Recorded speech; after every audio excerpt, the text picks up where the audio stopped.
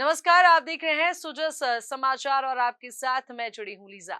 41 जुलाई 41 खबरों में आप सभी का हार्दिक स्वागत है और इस खास पेशकश में हम लेकर आए हैं प्रदेश के सभी जिलों की खबरें जो सीधा रखती हैं आपसे सरोकार। चलिए शुरू करते हैं खबरों का सिलसिला, लेकिन उससे पहले एक नजर हेडलाइंस पर। भजनलाल सरकार के प्रयासों से चंबल नदी पर बनेगा हाई लेवल ब्रिज, लाखों लोगों को मिलेगी राहत। जनसंपर्क अधिकारी परीक्षा 2024 के लिए की गई नियंत्रण कक्ष की स्थापना, 17 मई को होगा परीक्षा का आयोजन। भजनलाल सरकार ने गिव अप अभियान की बढ़ाई आखिरी तारीख, अब 31 मई तक खाद्य सुरक्षा सूची से नाम हटवा सकेंगे अपात्र लाभार्थी। मुख्यमंत्री मंगला पशु बीमा योजना में हुआ बड़ा बदलाव, अब बीमा क्लेम के लिए मृत पशु का पोस्टमार्टम करवाना नहीं होगा जरूरी। चलिए अब बात करते हैं खबरों पर विस्तार से। राज्यपाल श्री हरिभाऊ बागड़े ने राज ऋषि भर्तहरि मत्स्य विश्वविद्यालय अलवर की पंचम दीक्षांत समारोह को संबोधित किया। उन्होंने डिग्री और उपाधियां पाने वाले सभी विद्यार्थियों को बधाई दी और उनके उज्जवल भविष्य की शुभकामनाएं दी। राज्यपाल ने छात्राओं के अच्छे प्रदर्शन पर भी खुशी जताई और कहा कि समाज में बदलाव आ रहा है, अब महिलाएं हर क्षेत्र में बेहतर काम कर अपनी प्रतिभा दिखा रही हैं। उन्होंने कहा कि सिर्फ परीक्षा पास करना या डिग्री लेना ही काफी नहीं है, बल्कि युवाओं को रोजगार के लिए हुनरमंद बनना भी जरूरी है। उन्होंने बताया कि नई शिक्षा नीति इसी सोच पर आधारित है, जिसमें भारतीय संस्कृति और आधुनिक तकनीक को एक साथ जोड़ा गया है। यह नीति समय की जरूरत के हिसाब से बनाई गई है। समारोह में उप मुख्यमंत्री और उच्च शिक्षा मंत्री डॉक्टर प्रेमचंद बैरवा ने भी विद्यार्थियों को मेडल और डिग्री मिलने पर बधाई दी और उनके उज्जवल भविष्य की कामना की।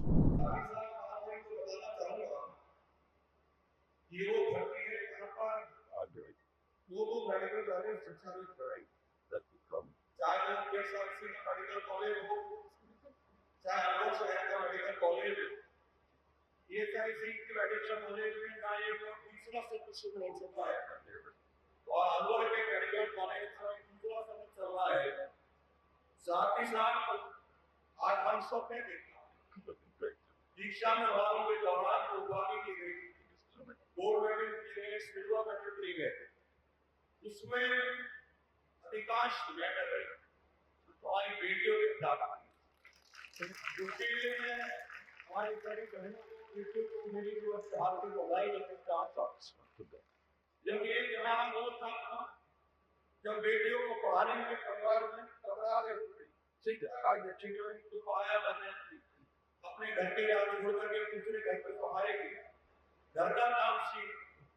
लेकिन आज आप जिस दुकान से प्रत्येक माता पिता एक चाहता है कि उसकी बेटी पढ़ करके भारत माँ की सेवा करे, समाज की मुख्य धारणा है और उसी का परिणाम है कि दीक्षांत समारोह में जिस प्रकार सामाजिक बेटियों ने नंबर पाए हैं, उसके लिए मैं हमारे सारे आचार्यों को और हमारी सभी बहनों को बेटियों को बहुत सारी बधाई और बहुत धन्यवाद देता हूं।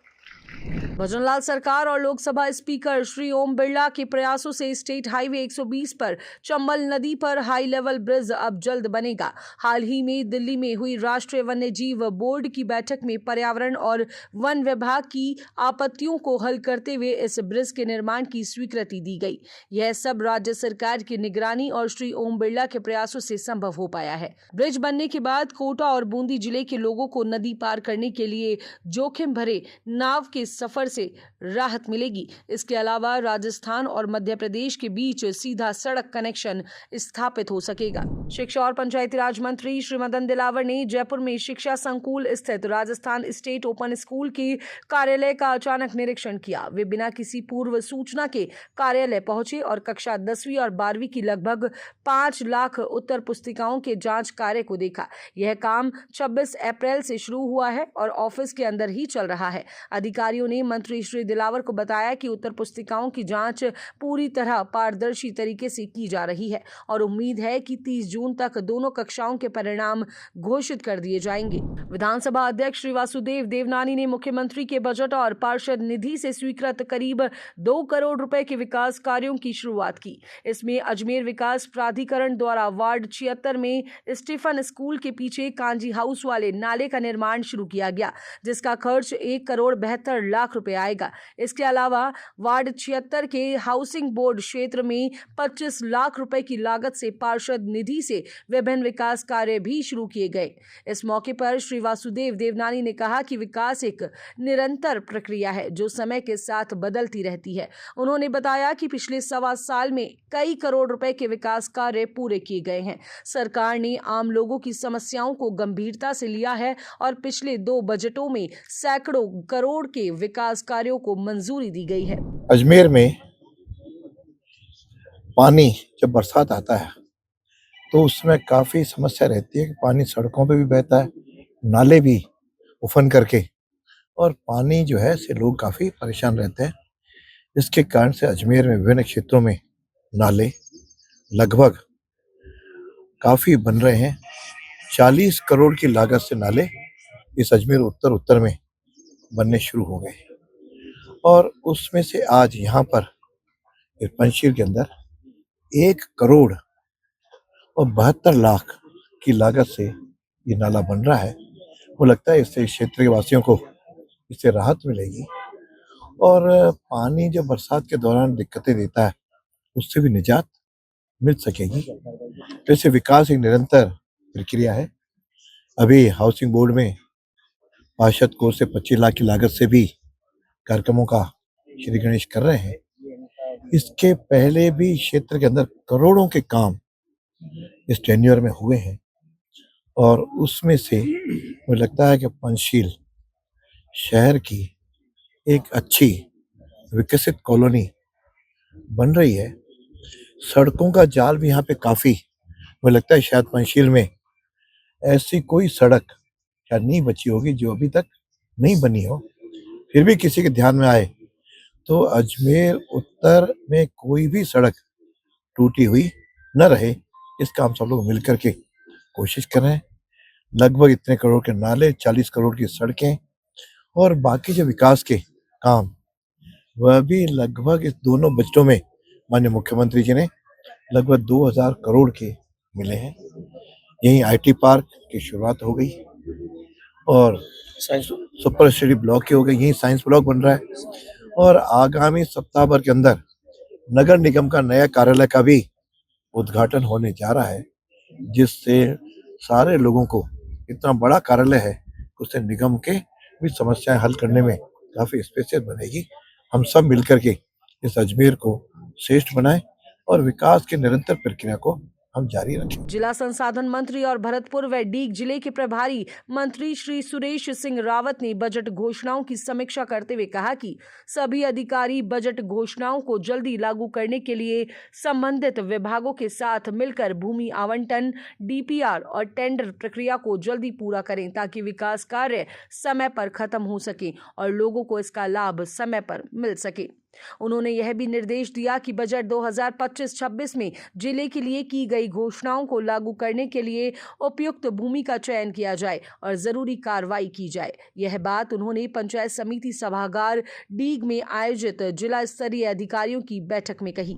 सिविल लाइंस विधानसभा क्षेत्र में लगातार विकास कार्य किए जा रहे हैं। मंगलवार को विधायक श्री गोपाल शर्मा के नेतृत्व में जयपुर नगर निगम हेरिटेज द्वारा वार्ड नंबर 39, 41 और 42 में 25-25 लाख रुपए के विकास, निर्माण और सौंदर्यीकरण के कार्यों की शुरुआत की गई।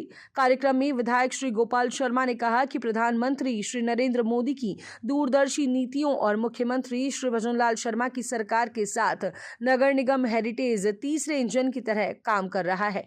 इससे क्षेत्र में विकास कार्य तेजी से हो रहे हैं। भजनलाल सरकार ने गिव अप अभियान के तहत खाद्य सुरक्षा योजना से अपना नाम स्वेच्छा से हटाने की आखिरी तारीख 30 अप्रैल 2025 से बढ़ाकर अब 31 मई 2025 कर दी है। जिला रसद अधिकारी श्री उपेंद्र ढाका ने बताया कि जब से नया आवेदन पोर्टल शुरू हुआ है तब से अब तक करीबन 22,000 लोगों ने खाद्य सुरक्षा योजना में नाम जोड़ने के लिए आवेदन किया है। जिला कलेक्टर श्री पुखराज सैन के निर्देशों के अनुसार सभी उपखंड अधिकारी इन आवेदनों की जांच और निस्तारण कर रहे हैं। उन्होंने बताया कि इस योजना के तहत पात्र लोगों को हर महीने तय मात्रा में गेहूं दिया जाता है। साथ ही उन्होंने अपील की कि जो समृद्ध परिवार हैं वे इस योजना का लाभ छोड़ दें ताकि जरूरतमंद लोगों को इससे जोड़ा जा सके। भजनलाल सरकार ने पशुपालकों को राहत देने के लिए मंगल पशु बीमा योजना में एक बड़ा बदलाव किया है। अब बीमा किए गए पशु की मौत होने पर पोस्टमार्टम करवाना जरूरी नहीं होगा। इसके बजाय नजदीकी पशु डॉक्टर मौके पर आकर पंचनामा बनाएंगे और उसी के आधार पर मृत्यु प्रमाण पत्र जारी करके बीमा क्लेम की प्रक्रिया पूरी की जाएगी। इस फैसले से पशुपालकों को न सिर्फ आर्थिक मदद मिलेगी बल्कि उन्हें मृत पशु को अस्पताल ले जाने की परेशानी से भी छुटकारा मिलेगा। पशुपालन विभाग के नोडल अधिकारी डॉक्टर बनवारी लाल गोयल ने बताया कि रूपावास नोडल क्षेत्र में 31 मई तक 3,570 पशुओं का बीमा करने का लक्ष्य रखा गया है। इसमें अब तक 2,036 हेल्थ प्रमाण पत्र जारी हो चुके हैं और 2,000 पशुओं का बीमा किया जा चुका है। मुख्यमंत्री मंगला पशु बीमा योजना माननीय मुख्यमंत्री जी की बहुत ही अच्छी योजना है और इससे पशुपालकों को आर्थिक संबल मिलेगा। यह योजना पशुपालकों के हित की योजना है। इस योजना में करीब 5 लाख भैंसों का, 5 लाख गायों का, 5 लाख बकरियों का, 5 लाख भेड़ों का व 1 लाख ऊँटों का निःशुल्क बीमा सरकार द्वारा कराया जाएगा। इस बीमे की जो समय अवधि है वो 1 वर्ष है। पशु की यदि मृत्यु हो जाती है ऐसी कंडीशन में पंचनामा ही पर्याप्त है। सभी पशुओं का मृत्यु प्रमाण पत्र जारी करना आवश्यक नहीं है। पशुपालकों को पंचनामा के द्वारा बहुत ही राहत मिलेगी क्योंकि उनको पशु प्रमाण पत्र के लिए दौड़ना नहीं पड़ेगा। रूपास नोडल क्षेत्र में 3,570 पशुओं का बीमा 31 मई तक करना है। अब तक करीब 2,500 पशुओं का पशु स्वास्थ्य प्रमाण पत्र जारी किया जा चुका है एवं करीब 1,500 पशुओं की बीमा पॉलिसी जारी की जा चुकी है। इस योजना में सभी पशुपालक भाई अपने पशुओं का निःशुल्क बीमा करवाएं एवं जो पशु चिकित्सक हैं व जो पशुपालन के व्यक्ति हैं उनका सहयोग करें। मुख्यमंत्री भजनलाल शर्मा जी हैं, मैं उनको दिल की गहराई से बहुत बहुत धन्यवाद दूंगा जिन्होंने पशुपालकों के हित के बारे में सोचा। इन्होंने 21 लाख पशुओं के लिए 400 करोड़ की योजना चलाई है, पशु मंगल योजना। इसमें किसी पशु की मृत्यु होने के बावजूद हॉस्पिटल जाने की कोई जरूरत नहीं है। उनके लिए आमदनी जो शुल्क होगी वो घर बैठे पहुंच सकती है। बहरोड के विधायक डॉक्टर जसवंत यादव ने नारनौल रोड पर अपने कार्यालय में जन सुनवाई का आयोजन किया। इसमें उन्होंने लोगों की समस्याएं सुनी और अधिकारियों को जल्द से जल्द समाधान के निर्देश दिए। इस जन सुनवाई में गांव और शहर से काफी लोग शामिल हुए। डॉक्टर यादव ने कहा कि क्षेत्र में विकास कार्यों की कोई कमी नहीं होने दी जाएगी। शिक्षा, स्वास्थ्य, सड़क, पानी और बिजली जैसी जरूरी सुविधाओं को बेहतर करने के लिए सरकार पूरी तरह से जुटी हुई है। उन्होंने बताया कि मुख्यमंत्री श्री भजनलाल शर्मा ने साफ निर्देश दिए हैं कि लोगों को पानी और बिजली को लेकर कोई परेशानी नहीं होनी चाहिए। हमारे मुख्यमंत्री जी से क्या रह सकते हैं, वही मुख्यमंत्री जी 24 घंटा कहीं ना कहीं पहुंचे हुए होते हैं। वो कोई एंजॉय करने नहीं जाते, वो विकास के लिए जाते हैं, वो लोगों के दुख दर्द में शामिल होने जाते हैं। मुख्यमंत्री जी ने खुले दिल से कहा कि जो भी विकास के लिए स्कीम, जो पैसा चाहिए मैं देने को तैयार हूँ। इस क्षेत्र में जितना हम कवर कर सकते हैं, रोज़ाना समस्याओं को समाधान कर रहे, कवर कर रहे। आने की जगह मेरे ख्याल से शायद अलवर ज़िला, कोटपुतली ज़िला, खैरतर ज़िले में सबसे ज़्यादा अगर कहीं बोरिंग मंजूर होकर आए हैं तो हमारे बहरोड में आए। 50-55 के लगभग तो आ चुके हैं। और अब खुशी की बात है कि बहरोड वाला प्रोजेक्ट भी 2-4 दिन में कभी भी चालू हो सकता है। इसका सब कुछ काम कंप्लीट हो गया, ठेका भी छूट गया, सब कुछ हो गया। तो बिजली की कुछ एक आध के तो जो आपसी झगड़े किए हैं, पर मैं अभी वहाँ गया था तो वहाँ चारों तरफ के लोग भी थे, धूप से रहा, तो लोगों से खुलेआम पूछा भाई कोई परेशानी बताओ, राज्य सरकार की ओर से ग्राम पंचायत स्तर पर रात्रि चौपाल कार्यक्रम चलाया जा रहा है, जिसमें ब्लॉक स्तर के अधिकारी ग्रामीणों की समस्याएं सुनकर मौके पर ही उनका समाधान कर रहे हैं। इसी क्रम में खिमसर पंचायत समिति की ग्राम पंचायत चावड़िया में रात्रि चौपाल का आयोजन किया गया। चौपाल के दौरान ग्रामीणों ने नहरी पानी समय पर जलापूर्ति न होने, कनेक्शन होने के बावजूद नलों में पानी न आने, बिजली की अनियमित आपूर्ति और बंद पड़े PHED नलकूपों की समस्याएं रखी। इस पर उपखंड अधिकारी श्री हरि सिंह शेखावत ने ग्रामीणों को आश्वासन दिया कि वे नागौर के अधीक्षण अभियंता से मिलकर बिजली की समस्या जल्द ही हल करवाएंगे। साथ ही पानी की समस्या के समाधान के लिए दोनों सहायक अभियंताओं को निर्देश दिए गए। भजनलाल सरकार के निर्देश पर रेवदर के उड़वारिया गांव में रात्रि चौपाल रखी गई, जिसकी अध्यक्षता जिला कलेक्टर अल्पा चौधरी ने की। चौपाल में जिला कलेक्टर ने कहा कि लड़कियों को कभी भी खुद को लड़कों से कम नहीं समझना चाहिए। लड़कियां हर वो काम कर सकती हैं जो लड़के करते हैं। पढ़ाई और खेल के जरिए वे अपने जीवन में कोई भी लक्ष्य हासिल कर सकती हैं। अतिरिक्त जिला कलेक्टर डॉक्टर दिनेश राय सापेला ने लोगों से सरकार की जन कल्याणकारी योजनाओं का फायदा उठाने और दूसरों को भी इसके लिए प्रेरित करने को कहा। उन्होंने बताया कि प्रशासन रात्रि चौपाल, जन सुनवाई और पोर्टल के जरिए आई शिकायतों का जल्द से जल्द समाधान कर रहा है। अलवर की जिला कलेक्टर डॉक्टर आर्तिका शुक्ला ने रामगढ़ उपखंड की ग्राम पंचायत ढेंगी का बास में रात्रि चौपाल में भाग लिया और ग्रामीणों की शिकायतें सुनी। उन्होंने अधिकारियों को निर्देश दिए कि चौपाल में मिली सभी शिकायतों का जल्द ही और सही तरीके से समाधान किया जाए ताकि लोगों को राहत मिल सके। कलेक्टर ने अधिकारियों से कहा कि सभी शिकायतों का गुणवत्तापूर्ण और समय पर समाधान करें। साथ ही समाधान की जानकारी शिकायत करने वाले व्यक्ति को जरूर दें और इसकी रिपोर्ट भी भेजें। तिजारा में भजनलाल सरकार की ओर से पंचायत स्तर पर रात्रि चौपाल का आयोजन किया गया। यह चौपाल गोठड़ा गांव में हुई, जिसकी अध्यक्षता जिला कलेक्टर श्री किशोर कुमार ने की। चौपाल में कुल 35 शिकायतें प्राप्त हुई। जिला कलेक्टर ने मौके पर ही लोगों की शिकायतें सुनी और संबंधित अधिकारियों को समय पर समाधान करने के निर्देश दिए। उन्होंने कहा कि अधिकारी शिकायतों को गंभीरता से लें और जल्द से जल्द समस्याओं का समाधान करें। अगर कोई मामला उनके अधिकार क्षेत्र का नहीं है तो वे ऊपर के अधिकारियों से संपर्क कर समाधान करें। साथ ही उन्होंने निर्देश दिए कि अधिकारी शिकायतकर्ता से सीधे संपर्क करके काम की गति और गुणवत्ता में सुधार करें। जिला कलेक्टर श्री जसमीत सिंह संधू ने कलेक्ट्रेट सभागार में जिले के अधिकारियों की बैठक ली और विभागों की योजनाओं की गहराई से समीक्षा की। उन्होंने अधिकारियों को कई जरूरी निर्देश दिए। नगर निगम को जन्म मृत्यु प्रमाण पत्र और पेंशन से जुड़े मामलों को जल्दी निपटाने को कहा।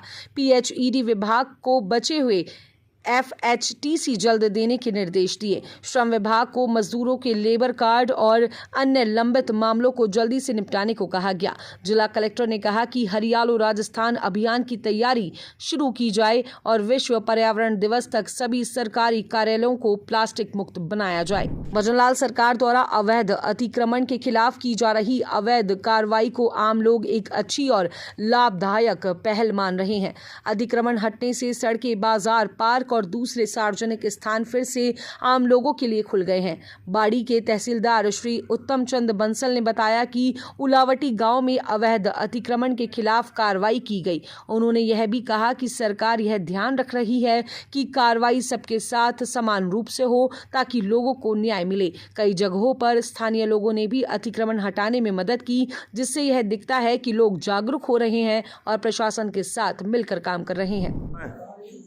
आज कलेक्टर महोदय का आवेदन था गाँव उलावटी में करीब 25 बीघा भूमि पर अतिक्रमण कर रखा था, जिसको आज टीम बनाकर 5 आदमी की टीम बनाई थी, 2 पटवारी, 2 बगावर और पुलिस थाना कंचनपुर से लाया गया और 25 बीघा जमीन को अतिक्रमण मुक्त कर JCB द्वारा उस चारा जमीन के चारों तरफ पंच भूल करके उसका उल्लंघन कर दिया गया। ग्राम पंचायत की होगी फिर कार्रवाई की जाएगी। ये कार्रवाई श्रीमान के मौके के श्रीमान एडीएम साहब ने की और वह चलती रहेगी।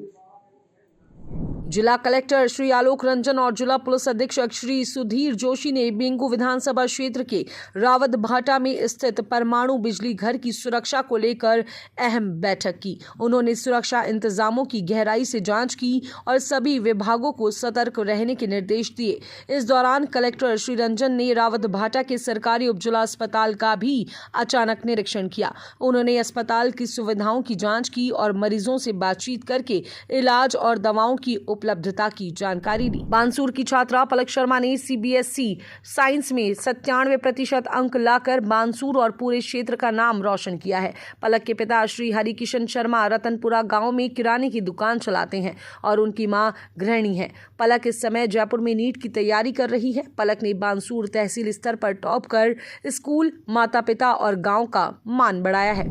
मेरा नाम पलक शर्मा है। मैं और मेरे CBSE क्लास 12 बोर्ड 2025 में 97% आए हैं और इस चीज़ का क्रेडिट मैं मेरे टीचर्स और मेरे पेरेंट्स दोनों को देना चाहती हूँ। उनके सपोर्ट से मेरे इतने अच्छे मार्क्स आए हैं। भजनलाल सरकार की मुख्यमंत्री मंगला पशु बीमा योजना को टोंक जिले के पशुपालकों से अच्छा समर्थन मिल रहा है। इस योजना का मकसद पशुपालकों को आर्थिक सुरक्षा देना है। टोंक जिले में सरकार ने 43,350 पशुओं के बीमा का लक्ष्य रखा था, लेकिन अब तक 51,404 आवेदन मिल चुके हैं, यानी लक्ष्य से 18% ज्यादा पशुपालकों ने इसमें भाग लिया है। पूरे प्रदेश में इस योजना के तहत 21 लाख पशुओं का बीमा किया जाएगा। पशुपालन विभाग टोंक के संयुक्त निदेशक श्री छोटूलाल बैरवा ने बताया कि रजिस्ट्रेशन प्रक्रिया अब पूरी हो चुकी है। अब विभाग के डॉक्टर और बीमा एजेंट मिलकर पशुओं के हेल्थ सर्टिफिकेट जारी कर रहे हैं ताकि बीमा प्रक्रिया पूरी की जा सके। ये राजस्थान सरकार की एक बहुत ही अभिनव योजना है। इसमें दुधारू पशुओं के बीमे किए जाएंगे। एक जन आधार कार्ड के अंदर 2 दुधारू पशु, चाहे 2 गाय हो, 2 भैंस हो, 1 गाय हो, 1 भैंस हो, और 10 बकरी या 10 भेड़ या 1 ऊँट की यूनिट है। इनके हमारे को टारगेट दिए गए थे सरकार द्वारा 43,350, जो कि 100% अचीवमेंट कर लिए गए हैं। अभी रजिस्ट्रेशन प्रक्रिया कंप्लीट हो चुकी है। अब एनिमल्स का बीमा कंपनी के सर्वेयर एजेंट के साथ मिलके हमारे डॉक्टर उनके हेल्थ सर्टिफिकेट बना करके और SIPF जो बीमा है उसके द्वारा इनके बीमा सर्टिफिकेट जारी किए जा रहे हैं। किस तरह से लाभान्वित किया जाएगा? इसके अंदर जो है हेल्थ सर्टिफिकेट बन करके पॉलिसी जनरेट हो जाएगी, तो पशुपालक को पॉलिसी दे दी जाएगी। पॉलिसी बनने के 21 दिन के अंदर 21 दिन के बाद अगर पशु की डेथ होती है तो दुधारू पशु के 40,000 का क्लेम दिया जाएगा, और अगर एक भेड़ या बकरी मरती है तो उसके अंदर 4,000 रुपये का बीमा क्लेम दिया जाएगा, और अगर ऊँट का कराया किसी तो उसका भी 40,000 का क्लेम दिया जाएगा। टोंक जिले के देवली शहर में पानी की कमी और साफ पानी की सप्लाई को लेकर नगर पालिका सभागार में एक बैठक हुई। इसमें जलदाय विभाग के अधिशासी अभियंता श्री कालूराम मीणा ने शहर में पानी की व्यवस्था सुधारने के लिए बनाई गई योजनाओं की जानकारी दी। उन्होंने बताया कि देवली के लिए बनाई गई नई शहरी जल योजना के तहत करीब 22 करोड़ रुपए मंजूर किए गए हैं। इस योजना में बनास नदी के किनारे 2 बड़े ओपन कुएं बनेंगे और शमशान घाट के पास 2 MLD का वाटर ट्रीटमेंट प्लांट लगाया जाएगा। इसके साथ ही नए पंप सेट, बिजली कनेक्शन, पुराने नल कनेक्शन बदलने, PLC स्काडा सिस्टम, नई पाइपलाइन और 5 ऊंचे पानी के टैंक बनाए जाएंगे।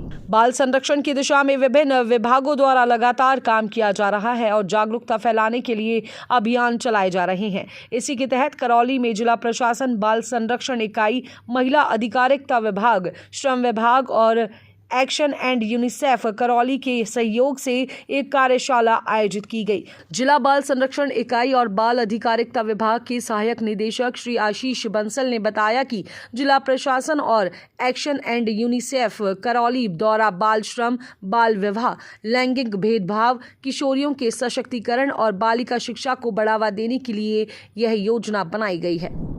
लू और हीट वेव की संभावना को ध्यान में रखते हुए स्वास्थ्य केंद्रों में छाया, पानी, कूलर जैसी सुविधाओं को ठीक करने के निर्देश दिए गए हैं। इसके अलावा बिजली, पानी और स्वास्थ्य सेवाओं से संबंधित विभागों को यह निर्देश दिया गया है कि वे कंट्रोल रूम और समाचार पत्रों के जरिए प्राप्त शिकायतों का जल्दी से समाधान करें। जलदाय विभाग को बंद या खराब पड़े हैंडपंप तुरंत चालू करने और पानी की सही व्यवस्था सुनिश्चित करने के लिए कहा गया। विद्युत विभाग को ट्रांसफार्मर की पर्याप्त व्यवस्था रखने के निर्देश दिए गए। बीकानेर में सामाजिक सुरक्षा पेंशन योजनाओं के तहत पेंशन प्राप्त कर रहे लाभार्थियों को 31 मई तक अपना वार्षिक भौतिक सत्यापन करवाना होगा। सामाजिक न्याय एवं अधिकारिता विभाग के संयुक्त निदेशक श्री LD पवार ने बताया कि जिले में कुल 2,64,305 पेंशनर्स हैं, जिनमें 1,87,239 वृद्धजन, 59,504 विधवा महिलाएं, 16,719 विशेष योग्यजन और 843 कृषक वृद्धजन शामिल हैं, जो सामाजिक सुरक्षा पेंशन का लाभ ले रहे हैं। उन्होंने बताया कि अब तक लगभग 88% पेंशनर्स ने अपना वार्षिक सत्यापन करवा लिया है, जबकि 31,252 पेंशनर्स का सत्यापन अभी बाकी है। जायल में चिकित्सा और स्वास्थ्य विभाग की खंड स्तरीय बैठक RCHO अधिकारी डॉक्टर महेश वर्मा की अध्यक्षता में आयोजित हुई। बैठक में कई जरूरी विषयों पर चर्चा हुई और राष्ट्रीय व राज्य स्तरीय योजनाओं की प्रगति की समीक्षा की गई। इस दौरान RISE ट्रेनिंग, गर्भवती महिलाओं की ANC जांच, 12 हफ्तों में पंजीकरण, आयरन, कैल्शियम और एल्बेंडाजोल गोलियों के वितरण, टीकाकरण के डेटा को UN पोर्टल पर दर्ज करने और हेड काउंट सर्वे की स्थिति पर विस्तार से बात हुई। खंड मुख्य चिकित्सा अधिकारी डॉक्टर रत्नाराम बिडियासर ने सभी विषयों पर चर्चा के बाद जरूरी निर्देश दिए और अधिकारियों कर्मचारियों को अपने काम में सुधार लाने के लिए प्रोत्साहित किया। राजस्थान सरकार ने आम लोगों को सरकारी सेवाओं और योजनाओं के लिए ऑनलाइन आवेदन और शिकायत दर्ज करने की सुविधा देने के लिए संपर्क पोर्टल 2.0 शुरू किया है। अनूपगढ़ में इस पोर्टल को लेकर एक अहम प्रशिक्षण कार्यक्रम आयोजित किया गया, जिसमें 30 अलग अलग विभागों के अधिकारी और कर्मचारी शामिल हुए। इस प्रशिक्षण का मकसद सरकारी सेवाओं को बेहतर बनाना और लोगों की शिकायतों का जल्दी समाधान करना था। SDM श्री सुरेश राव ने बताया कि संपर्क पोर्टल 2.0 सरकार की नई पहल है, जो लोगों को पारदर्शी और बेहतर सेवाएं देने में मदद करेगी। दक्षिण पश्चिम मानसून 2025 के आने से पहले जिले में संभावित जलभराव और बाढ़ जैसी आपदाओं से निपटने के लिए तैयारी को लेकर मिनी सचिवालय के सभागार में एक अहम बैठक बुलाई गई। इस बैठक की अध्यक्षता जिला कलेक्टर श्री अजय सिंह राठौड़ ने की। इस बैठक में मानसून के दौरान आने वाली प्राकृतिक आपदाओं से निपटने की तैयारियों की विस्तार से समीक्षा की गई। कलेक्टर श्री अजय सिंह राठौड़ ने सभी विभागों को समय रहते जरूरी तैयारियां करने और किसी भी आपदा की स्थिति में तय नियमों के अनुसार काम करने के निर्देश दिए। देखिए, जो मानसून को लेकर के जो हर साल जो बैठक आयोजित की जाती है, इसी के संदर्भ में आपदा प्रबंधन विभाग की तरफ से ये बैठक आयोजित की गई। इसमें सभी संबंधित विभागों पर आगामी जो मानसून है उसकी तैयारियों के लिए निर्देशित किया गया। जैसे पेयजल वालों को निर्देशित किया गया उनकी लाइनें टूटे नहीं, गंदा पानी नहीं आए। बिजली विभाग वालों को उनके पोल वगैरह से कोई किसी तरह की दुर्घटना नहीं हो। वसत विभाग वालों को ये निर्देशित किया गया है कि खाद्यान्नों की मात्रा पर्याप्त बनी रहे, किसी तरह से भी दिक्कत नहीं आए। PWD को इंस्ट्रक्शन दिए गए हैं कि ऐसे सारे स्थान जहां पर लोगों के डूबने की संभावना है या जहां वर्षा जनित हादसे होने की संभावना है, वहाँ अपने पर साइनेज लगाएं। नगर पालिकाओं को और ग्राम पंचायतों को निर्देशित किया गया है कि वो ग्राउंड की प्रॉपर सफाई करें, नाले नालियों को साफ करें और वर्षा के बाद में कहीं भी कोई मृत आवरण पशु है उनका भी डिस्पोजल प्रॉपरली सही जगह के ऊपर करें। और हमारे जो सिविल डिफेंस के जवान हैं उन जवानों को होमगार्ड्स और पुलिस के साथ में तारतम्य बना करके डिजास्टर से संबंधित सारा काम समय पर प्रोएक्टिवली करने के लिए सबको निर्देशित किया गया। जवाहर कला केंद्र में चल रहे राष्ट्रीय सहकार मसाला मेले को लेकर जयपुर वासियों में खासा उत्साह देखने को मिल रहा है। लोग बड़ी संख्या में मेले में आकर मसालों और अन्य सामान की खूब खरीदारी कर रहे हैं। पिछले 4 दिनों में ही मेले में लगभग 1.5 करोड़ रुपए से ज्यादा की बिक्री हो चुकी है। सहकारिता विभाग की प्रमुख सचिव और सहकारी समितियों की रजिस्ट्रार श्रीमती मंजू राजपाल ने बताया कि मेला हर दिन और ज्यादा लोकप्रिय व्यय हो रहा है। जयपुर के लोग अपनी जरूरत के अनुसार साबुत और पिसे मसालों के साथ साथ अन्य चीजें भी खरीद रहे हैं। मुख्यमंत्री श्री भजनलाल शर्मा के निर्देश पर चलाई जा रही मुख्यमंत्री शहरी रोजगार योजना गरीब और मजदूर लोगों के लिए रोजी रोटी का बड़ा सहारा बन रही है। इस योजना के तहत श्रमिकों को नियमित मजदूरी मिल रही है, जिससे उन्हें काम की तलाश में भटकना नहीं पड़ रहा। नदबई क्षेत्र की बात करें तो यहाँ शहरी इलाकों में योजना के तहत 6 अलग अलग स्थानों पर काम चल रहा है। नगर पालिका ने अब तक 13 मस्टर रोल जारी कर करीब 125 लोगों को रोजगार दिया है। खास बात यह है कि मजदूरी का भुगतान समय पर किया जा रहा है। इस योजना से महिलाओं और अन्य जरूरतमंद लोगों को भी फायदा मिल रहा है। कुल मिलाकर यह योजना गरीब मजदूरों के लिए आजीविका का एक मजबूत जरिया बनती जा रही है। मुख्यमंत्री शहरी रोजगार योजना के तहत नगर पालिका नदबई क्षेत्र में वर्तमान पखवाड़े में कुल 6 कार्य स्वीकृत हैं, जो कि मौके पर प्रगतिरत हैं, जिनमें कुछ कार्य समतलीकरण के हैं एवं कुछ रंगाई पुताई के कार्य हैं। कुल 6 कार्यों के लिए नगर पालिका नदबई द्वारा कुल 13 मस्ट रोल जारी की गई हैं, जिसमें कुल 125 श्रमिक नियोजित हैं, जिनमें से उपस्थिति का जो प्रतिशत है वो लगभग 60 से 70% के करीब उपस्थिति है। 12 जिले के अंता में राज्य सरकार द्वारा 6 करोड़ रुपए की लागत से एक सार्वजनिक पार्क बनाया जा रहा है। इस पार्क के निर्माण कार्यों का निरीक्षण नगर पालिका चेयरमैन श्री रामेश्वर खंडेलवाल ने किया और जल्द काम पूरा करने के लिए ठेकेदार को निर्देश दिए। यह पार्क दाई मुख्य नहर के पास आम लोगों की सुविधा के लिए बनाया जा रहा है। इसका निर्माण 3 साल पहले शुरू हुआ था, लेकिन बजट की कमी के कारण काम अधूरा पड़ा था और काम बेहद धीमी गति से चल रहा था। अब नगर पालिका चेयरमैन ने काम में तेजी लाने के निर्देश दिए हैं। ये सार्वजनिक पार्क नगर पालिका अंता के द्वारा पिछले 3 साल पहले चालू किया गया था, जिसकी कीमत लगभग 5.5 करोड़ 6 करोड़ रुपए के आसपास है। ठीक है, लेकिन बजट के अभाव में ये काम पूर्ण नहीं हो पाया। पिछले 1 साल से इसमें निरंतर कार्य चालू है। आने वाले 1 महीने के पश्चात इसको जनता को सुपुर्द कर दिया जाएगा। और क्योंकि कॉलेज नज़दीक है, आसपास सब कॉलोनियाँ बसी हुई है, पीछे नगर पालिका अंता का बड़ा सामुदायिक भवन भी बना हुआ है और काफ़ी अच्छी हरी ग्रीनरी है और जनता के लिए बहुत उपयोगी रहेगा। और आम जनता को 1 महीने के बाद इसको ओपन करेंगे। भारत पाकिस्तान के बीच तनाव की स्थिति को देखते हुए विद्यालयों में नागरिक सुरक्षा और आपदा प्रबंधन पर प्रशिक्षण शिविर आयोजित किए जा रहे हैं। इन शिविरों में छात्रों, शिक्षकों और अभिभावकों को आपातकालीन परिस्थितियों में सुरक्षित रहने के तरीकों के बारे में बताया जा रहा है।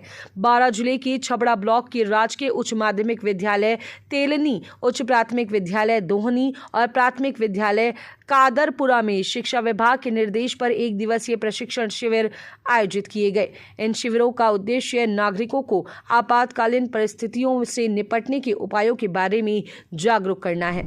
अटरू तहसील के उम्मेदगंज में मनरेगा के तहत ग्रेवल सड़क बनाने का काम अब आसान हो गया है। पहले सड़क निर्माण में अतिक्रमण की वजह से रुकावट आ रही थी, जिससे मस्ट रोल को काम नहीं मिल रहा था। ग्राम पंचायत की शिकायत पर राजस्व विभाग के अधिकारी और पुलिस ने फिर से मौके पर जाकर कुछ बची हुई अस्थायी अतिक्रमण हटाई। 6 बजे से 2 बजे तक कर रखते हैं हमारा गड्ढे, तो 6 बजे से 1 बजे तक का करनी चाहिए। 2 बहुत सारी पड़ती है, इसलिए हम भी गर्मी से कोई घबरा जाती है। तो यहाँ कितने मजदूर हैं अभी काम पे? यहाँ पर तो 2 मिस्टोल है तो 50 होगी तो 16 और तो होगी काम के। 12 जिले के अंता में राज्य सरकार ने 35 करोड़ रुपए की लागत से 2 लेन बाईपास रोड बनाया है, जो जल्द ही क्षेत्र के लोगों को लाभ पहुंचाएगा। इस बाईपास को नेशनल हाईवे 27 से जोड़ने के लिए काम तेजी से चल रहा है। पलायथा ब्रांच से सिंधपुरी तक 12 किलोमीटर लंबा डबल लाइन रोड बनाया गया है। अब इस रोड को नेशनल हाईवे 27 से जोड़ने के लिए अप्रोच रोड का निर्माण शुरू कर दिया गया है। अप्रोच रोड पूरा होने के बाद सिसवाली, मांगरोल और आसपास के दर्जनों गांवों के लोगों को सीधे हाईवे से कनेक्टिविटी मिल सकेगी। इससे अंता कस्बे में ट्रैफिक का दबाव भी कम होगा।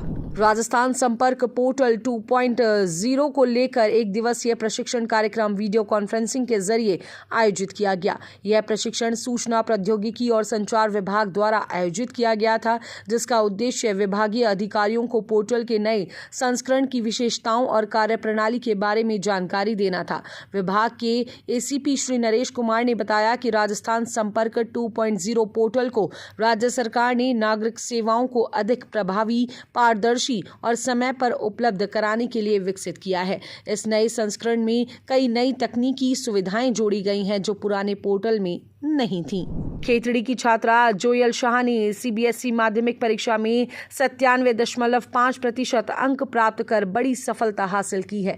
छात्रा ने राज्य सरकार का धन्यवाद करते हुए कहा कि भजनलाल सरकार बालिका शिक्षा को बढ़ावा दे रही है। उन्होंने यह भी कहा कि आज की लड़कियां किसी भी लड़के से कम नहीं हैं। शाह ने उदाहरण देते हुए बताया कि ऑपरेशन सिंदूर में भी महिलाओं की महत्वपूर्ण भूमिका थी। उन्होंने कहा कि अगर बालिकाओं को उचित सम्मान और अवसर मिले तो वे किसी भी क्षेत्र में अपनी अहम भूमिका निभा सकती हैं। शुरू से ही सोफिया सेकेंडरी स्कूल से पढ़ाई की है और आज ये मेरे स्कूल और मेरी पूरी फैमिली, मेरे दादाजी, दादी जी, मम्मी और पापा के ही सपोर्ट की वजह से है जो मैं सीबीएसई में इतना अच्छा रिजल्ट ला पाई।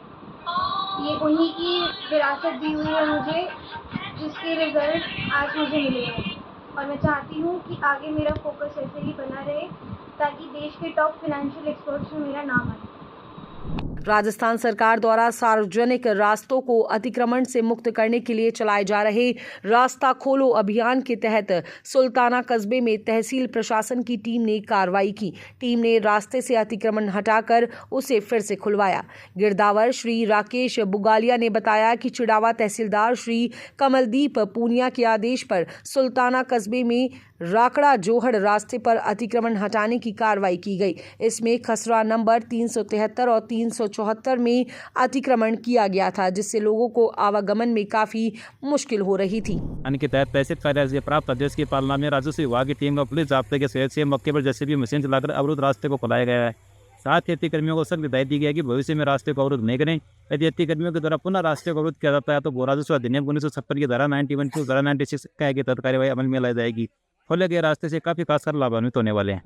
कामा क्षेत्र में गुड़गांव कैनाल परियोजना ने किसानों के लिए नई उम्मीद पैदा की है। इस परियोजना के तहत नहरों को पक्का किया गया है और सिंचाई व्यवस्था को मजबूत किया गया है, जिससे किसानों को समय पर पर्याप्त पानी मिल रहा है। इसके कारण फसलों की पैदावार में लगातार बढ़ोतरी हो रही है। स्थानीय विधायक श्री नोकशम चौधरी के मार्गदर्शन में नहरों को पक्का किया गया है, जिससे पानी का रिसाव कम हुआ और खेतों तक ज्यादा पानी पहुंचने लगा। किसान अब खुश हैं क्योंकि पहले पानी की कमी के कारण उनकी फसलों को नुकसान होता था, लेकिन अब स्थिति में काफी सुधार हुआ है। में राज्य सरकार द्वारा नहरों की मरम्मत व मेंटेनेंस के लिए समय समय पर बजट उपलब्ध कराया जा रहा है, जिससे किसानों के लिए नहरों द्वारा पूर्ण तरीके से पानी उपलब्ध होता है। संबंध में राज्य सरकार द्वारा की गई बजट घोषणाओं के द्वारा समय समय पर कच्ची नहरों को पक्का करने का कार्य किया जा रहा है और ये किसानों के हित में बहुत अच्छा काम है, जिससे मतलब टेल वाले किसानों तक पानी पहुंच पा रहा है आसानी से।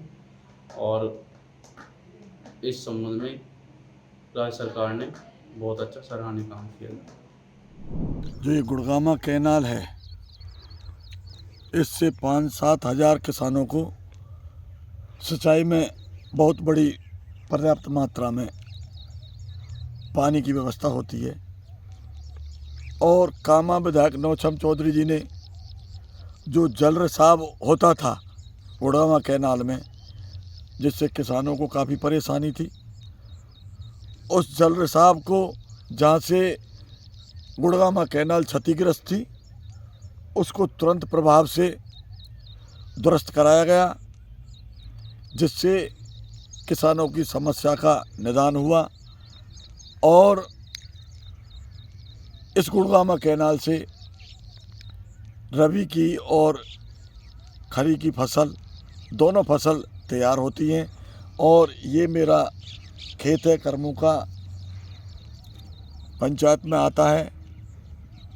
मेरे खेत की सिंचाई भी मैं गुड़गामा कैनाल से करता हूँ। भजनलाल सरकार ने बजट में भरतपुर के लिए कई घोषणाएं की हैं। इनमें से एक बड़ी घोषणा हीरादास से कुम्हेर गेट चौराहे तक फ्लाईओवर का निर्माण है। इसके लिए सरकार ने 303 करोड़ रुपए मंजूर किए हैं और टेंडर प्रक्रिया भी शुरू कर दी गई है। यह फ्लाईओवर 2 साल में यानी मई 2027 तक बनकर तैयार हो जाएगा। फ्लाईओवर 4 लेन का होगा जो शहर के सौंदर्यीकरण और सड़क चौड़ीकरण में मदद करेगा।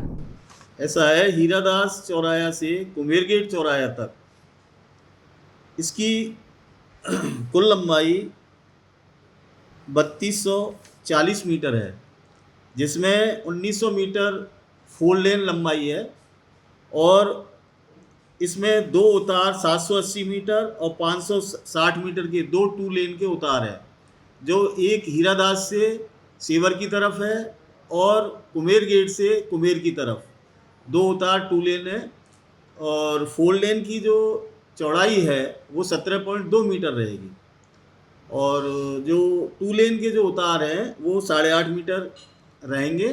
तो इस तरीके से इसके बनने से सेवर की तरफ से जो ट्रैफिक आएगा वो सीधा फ्लाईओवर पर चढ़कर सीधा कुम्हेर की तरफ चला जाएगा। तो सेवर हीरादास से लेके कुम्हेर गेट तक जो नीचे ट्रैफिक चलेगा उस पर दबाव काफ़ी कम हो जाएगा। दूसरा, आपका हाईवे से जो ट्रैफिक आएगा वो भी सीधा ऊपर चढ़कर कुम्हेर जाना है या कुम्हेर गेट से बाहर जाना है तो वो सीधा फ्लाईओवर के जरिए निकल जाएगा। इससे काफ़ी यातायात का दबाव कम हो जाएगा और ट्रैफिक को काफ़ी सहूलियत मिलेगी।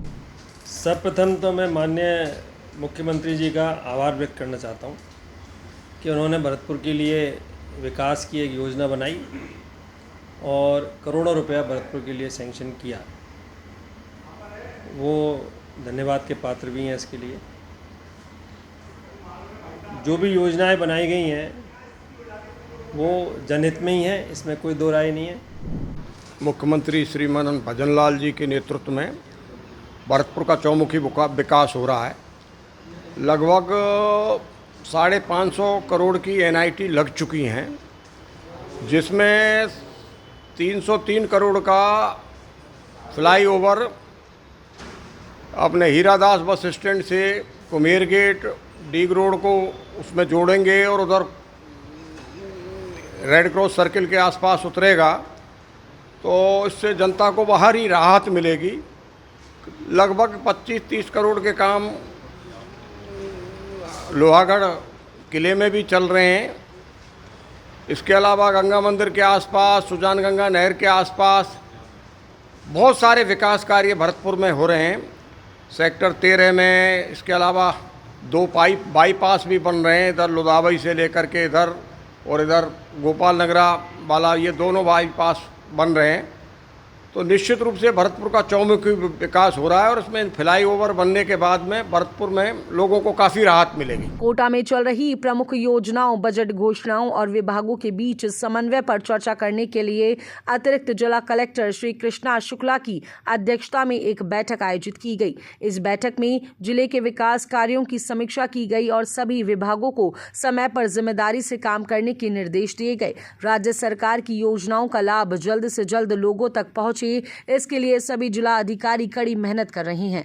बैठक में सड़क कटाई समिति के बारे में भी चर्चा हुई और बताया गया कि समिति की साप्ताहिक बैठक होगी, जिसमें सभी संबंधित विभागों से पूरी योजना के साथ भाग लेने की अपेक्षा की गई है। राजस्थान सरकार ने गेहूं की खरीद पर 150 रुपए अतिरिक्त बोनस देने की घोषणा की है, जो पीलीबंगा विधानसभा क्षेत्र के किसानों के लिए खुशी की खबर है। पहले बोनस 100 रुपए था, जिसे अब बढ़ाकर 150 रुपए प्रति क्विंटल कर दिया गया है। इस फैसले से किसानों में खुशी है और वे इसे अपनी आर्थिक स्थिति सुधारने की दिशा में एक महत्वपूर्ण कदम मान रहे हैं। जो ये योजना, इसमें 150 रुपए का बोनस मिल रहा है, इससे किसानों को बहुत ज़्यादा इनकम हुई है इस बार अन्य राज्यों की तुलना में देखें तो। जैसे अभी पीलीबंगा मंडी समिति द्वारा लगभग 7.5 लाख क्विंटल गेहूँ की खरीद की गई है, जिससे 1400 किसान लाभान्वित हुए हैं। उन्हें 80 करोड़ तक का भुगतान अभी तक किया जा चुका है। राजस्थान सरकार ने जो किसानों को बोनस दिया गया है, इससे किसानों को अरबों रुपए का फायदा हुआ है। हमारी मंडी क्षेत्र में कम से कम भी 25 से 30 करोड़ रुपए का फायदा किसानों को मिला है। जो कि एक पीलीभंगा मंडी छोटी सी मंडी है, इसमें 150 रुपये बोनस देने से काफ़ी फायदा हुआ है और भजन लाल जी ने अब जो 150 रुपये देकर अरबों रुपये का किसानों को फायदा दिया है।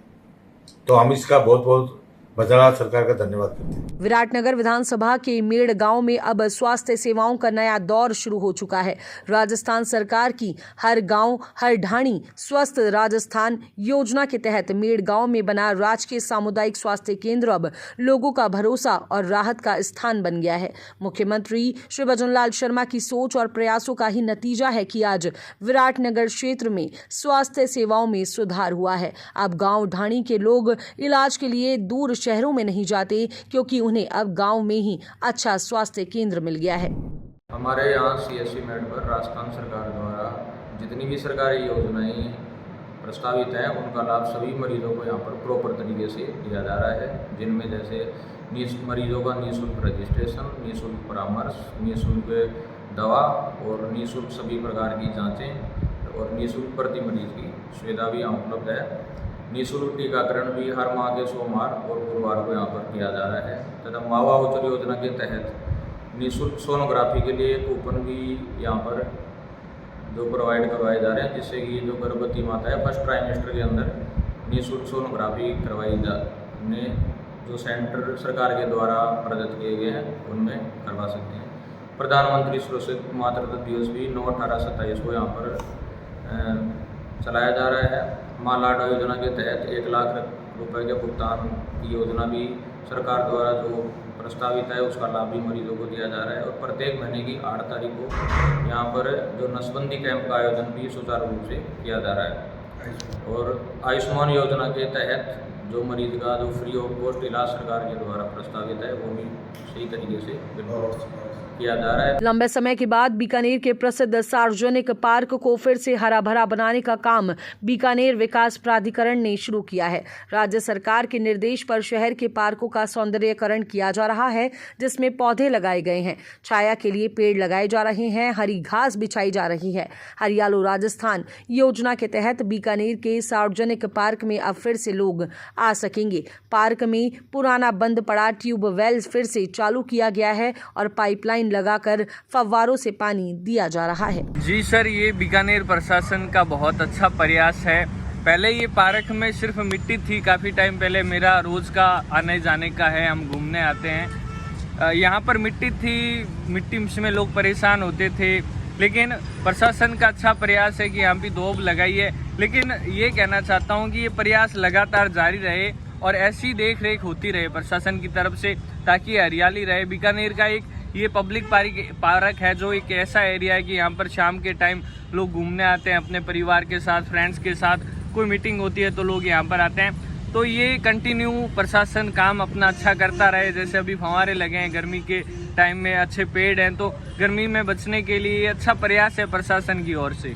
भजन लाल सरकार ने सिंगल यूज प्लास्टिक पर प्रतिबंध लगाने के लिए कई अहम कदम उठाए हैं, जो पर्यावरण की सुरक्षा के लिए जरूरी है। राज्य सरकार ने एक योजना शुरू की है, जिसके तहत अगर कोई नागरिक सिंगल यूज प्लास्टिक के उपयोग, भंडारण या बिक्री की सूचना देता है तो उसे 10,000 रुपए तक का इनाम मिलेगा। बाड़ी नगर पालिका के अधिशासी अधिकारी श्री श्याम बिहारी गोयल ने बताया कि राज्य सरकार के निर्देशों के अनुसार जिला कलेक्टर और उपखंड अधिकारी के आदेशों का पालन करते हुए बाजार में लगभग 1 क्विंटल पॉलिथीन और इससे बने उत्पादों को जब्त किया गया है और ये कार्रवाई आगे भी जारी रहेगी। कार्रवाई की क्या है?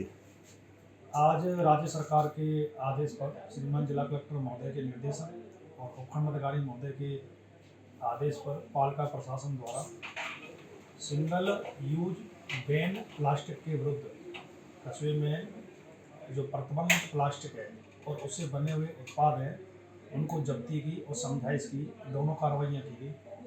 पालिका द्वारा सीताराम बाजार, पुरानी अग्रसेन मार्केट, SBI बैंक के सामने और अन्य स्थानों से लगभग 1 क्विंटल प्लास्टिक जब्त किया गया है। साथ ही दुकानदारों को हिदायत दी गई है कि केंद्र सरकार और राज्य सरकार के आदेशानुसार 1 जुलाई 2022 से प्लास्टिक से बने सिंगल यूज उत्पाद जो हैं वो पूर्णतया बैन है, इनका विक्रय न किया जाए। पालिका द्वारा इस संबंध में आगे भी निरंतर कार्रवाई की जा रही है। मुख्यमंत्री श्री भजनलाल शर्मा के नेतृत्व में स्वास्थ्य सेवाओं को बढ़ाने के लिए एक और बड़ा कदम उठाया गया है। अब शाहपुरा उप जिला अस्पताल में डायलिसिस की निःशुल्क सुविधा दी जा रही है। पहले यह सुविधा सिर्फ निजी अस्पतालों या जयपुर जैसे बड़े शहरों में मिलती थी, जिससे ग्रामीण लोगों को बेहद परेशानी और खर्च उठाना पड़ता था। शाहपुरा अस्पताल में इस सुविधा की शुरुआत एक मरीज की डायलिसिस प्रक्रिया के साथ की गई। अब किडनी के मरीजों को डायलिसिस के लिए जयपुर या महंगे निजी अस्पतालों में नहीं जाना पड़ेगा। इससे मरीजों के समय और पैसे की बचत होगी और उन पर आर्थिक बोझ भी कम होगा। राज्य सरकार और चिकित्सा विभाग के आदेशानुसार निरंतर हमारा ये प्रयास है कि हम उप जिला अस्पताल शाहपुरा में ज़्यादा से ज़्यादा सुविधाएं उपलब्ध करवाएं। किडनी से संबंधित बीमारियों के लिए डायलिसिस किया जाता है और डायलिसिस के हमारे यहाँ उप जिला अस्पताल शाहपुरा में उपलब्ध है। जो भी मरीज जिनको भी डायलिसिस की जरूरत होती है वो उप जिला अस्पताल शाहपुरा में आए, हम उनको निःशुल्क ये सुविधा उपलब्ध करा रहे हैं। ना तो अब उन मरीजों को जयपुर जाने की जरूरत है, ना उनको किसी निजी अस्पताल में 2 से 3 हज़ार रुपये खर्च करने की जरूरत है। मैं आम जन से यही अपील करता हूँ कि आप हमारे उप जिला अस्पताल शाहपुरा में आइए। आप ही के लिए सुविधाओं का विस्तार हुआ है और इसका ज़्यादा से ज़्यादा लाभ लें। मथुरा दास माथुर अस्पताल में बुधवार को एसडीआरएफ की टीम ने आपात स्थिति से निपटने का प्रशिक्षण दिया। अस्पताल के अधीक्षक डॉक्टर विकास राज पुरोहित ने बताया कि भविष्य में किसी भी आपदा से निपटने के लिए अस्पताल के डॉक्टरों, नर्सों, होमगार्ड, वर्कशॉप स्टाफ और अन्य कर्मचारियों को यह प्रशिक्षण दिया गया। इसका उद्देश्य यह है कि किसी भी आपातकालीन स्थिति में सभी कर्मचारी सही तरीके से और तुरंत कार्रवाई कर सकें।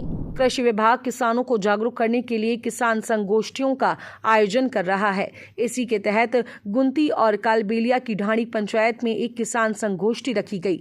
एग्रीकल्चर ऑफिसर रेणु चौधरी ने बताया कि मुख्यमंत्री का सपना है कि प्रदेश का हर किसान समृद्ध और खुशहाल हो। इसी मकसद से हर गांव में किसान संगोष्ठियां की जा रही हैं। इस मौके पर किसानों को कृषि विभाग की तारबंदी, फार्म पॉन्ड, कृषि यंत्र, पाइपलाइन और प्राकृतिक खेती जैसी योजनाओं के बारे में जानकारी दी गई। माननीय मुख्यमंत्री जी द्वारा किसानों के हित में समन्वित पोषक तत्व प्रबंध अभियान के अंतर्गत कृषक गोष्ठियों का आयोजन करवाया जा रहा है प्रत्येक ग्राम पंचायत में। ये मुख्यमंत्री जी की किसान के हित में बहुत ही अच्छी पहल है। किसानों को इस गोष्ठी के अंदर किसानों को अधिक से अधिक संख्या में भाग लेकर इसका अधिक से अधिक लाभ उठाना चाहिए। आज ये जो किसान गोष्ठी का आयोजन किया जा रहा है, इस गोष्ठी का सरकार ने नाम दिया है समन्वित पोषक तत्व प्रबंध। यानी हमारे फसलों को कौन कौन से पोषक तत्वों की आवश्यकता है, जिनके बारे में गोष्ठी की जा रही है, इनके बारे में किसानों को जानकारी दी जा रही है।